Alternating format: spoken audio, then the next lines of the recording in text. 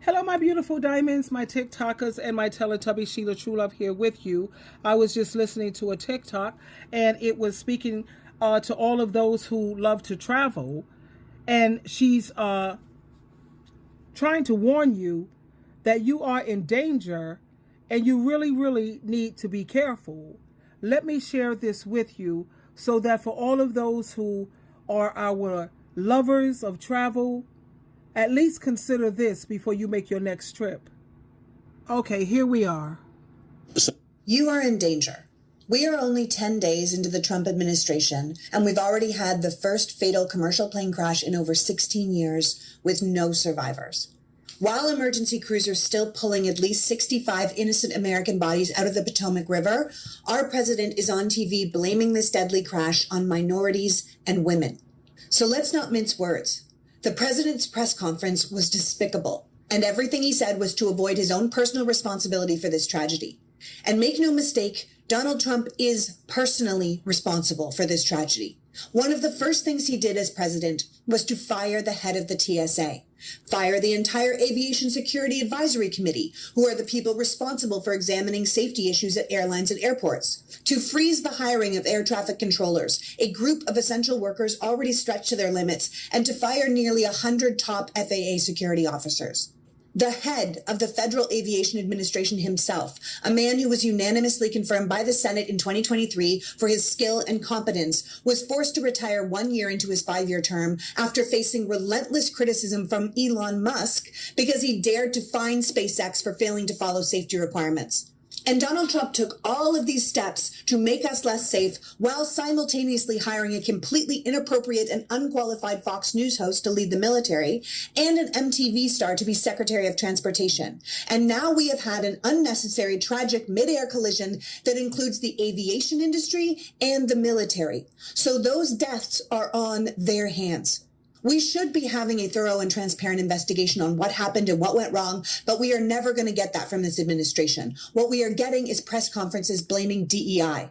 So let's be clear. From the moment Trump was sworn in, he has done nothing but demonize and undermine federal workers. These humble heroes who go to work every day and keep us safe. The dedicated experts who are trained to help Americans prevent and mitigate and respond to emergencies and tragedies. Lest we forget, Donald Trump deregulated the air safety industry during his last administration, putting oversight into the hands of the airlines so they could make more profit. Since then, doors have flown off, wheels have fallen off, engines have caught fire, and there have been mid-air near misses across the station, which is why for 4 years, Secretary Buttigieg fought to hire more air traffic controllers and improve working conditions. But under the Trump administration, all of that work is in hard reverse.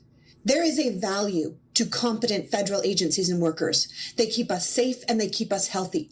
The Trump administration has already told our health and food agencies to stop communicating with the public about airborne illnesses, about disease risks, about food and drug recalls. Hundreds of thousands of people are going to die because of this as well. But the administration's complete lack of interest in our lives is so clearly represented by this horrible airline tragedy. This is what happens when you put incompetent people in charge of huge government organizations or mass fire experts who dare to challenge you. People die, and not just people you don't like, you. Do you feel safe getting on a plane right now? Now that you know that Trump has gutted aviation safety, that there is no head of the TSA or the FAA, and air traffic controllers are overworked and understaffed, and we no longer have an aviation safety committee? And even if and when they rehire those people, their first job requirement will not be competence. It will be loyalty. And how does that help you? Are you willing to bet your life on someone who successfully made Donald Trump or Elon Musk feel special enough? Are you willing to bet your family's life? Because this administration is now putting our lives at risk every single day. Now, no life is worth more than another, but that Army helicopter collided with a plane filled with elite young figure skaters, their parents, and their coaches. People who devoted their life to excellence. Children whose biggest dream was probably to represent their country, and their country failed them. Competence is not woke. Logic is not woke. Safety is not woke. Those are essential, apolitical, necessary qualifications for these jobs. Donald Trump needs to get his priorities straight. His leadership created the perfect storm for this horrific accident to happen. And trust me when I say if we don't do something about it now, it's going to happen again and again and again. We are 10 days into this new leadership, and they are showing us they are incapable of safeguarding the American people the way we have become accustomed. Holding them accountable is mandatory to preserving our safety. To be clear, the Democrats issued a safety warning for aviation last week. The Republicans ignored it, allowed these firings to happen while pushing through the Pete Hegseth nomination as the head of the military, knowing full well he wasn't up to the job.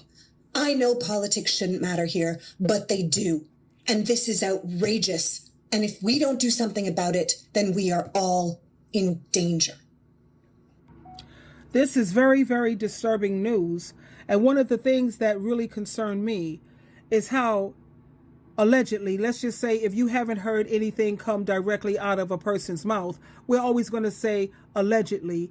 And this is definitely for critical review, educational purposes, and for a reaction.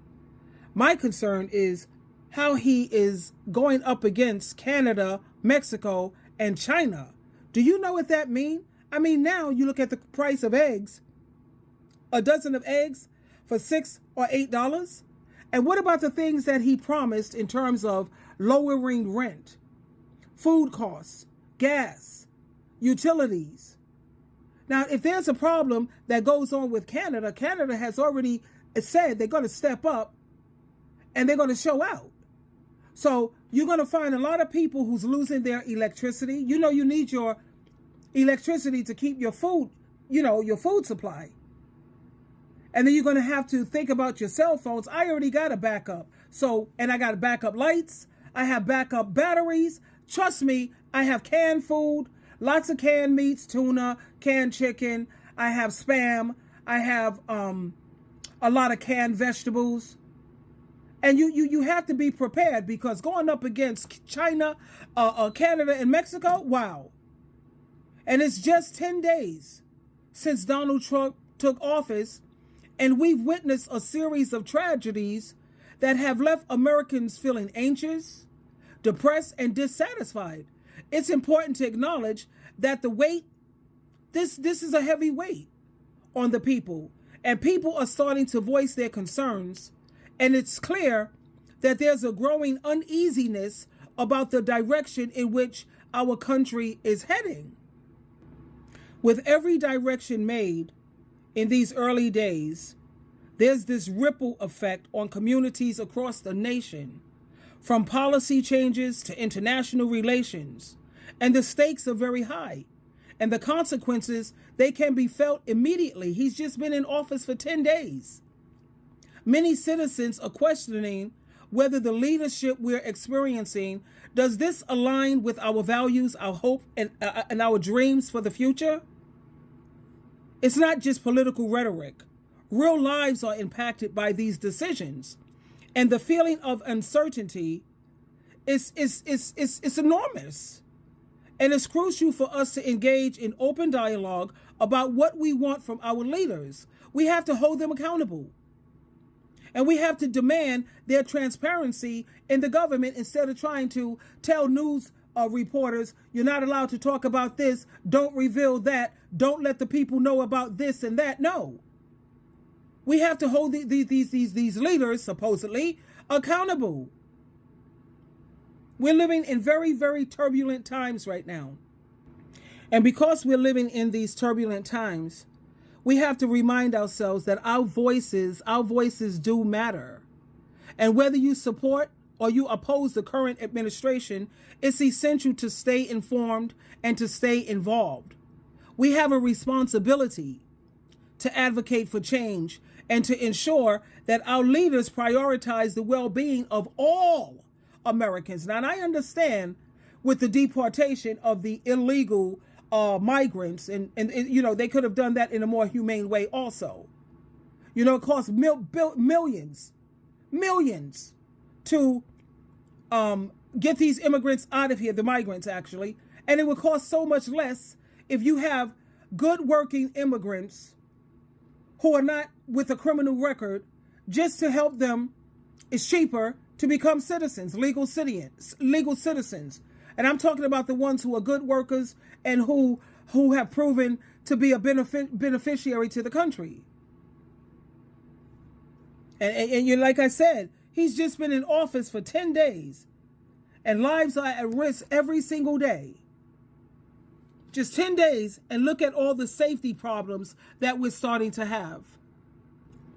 We have so many of our American people who are beginning to wonder if the administration, are they equipped to handle the weighty issues at hand? With each passing day, concerns mount over how decisions are being made and who is being prioritized in this new political landscape. And as citizens, like I said, it is so important and essential to voice our concerns and to hold these leaders accountable.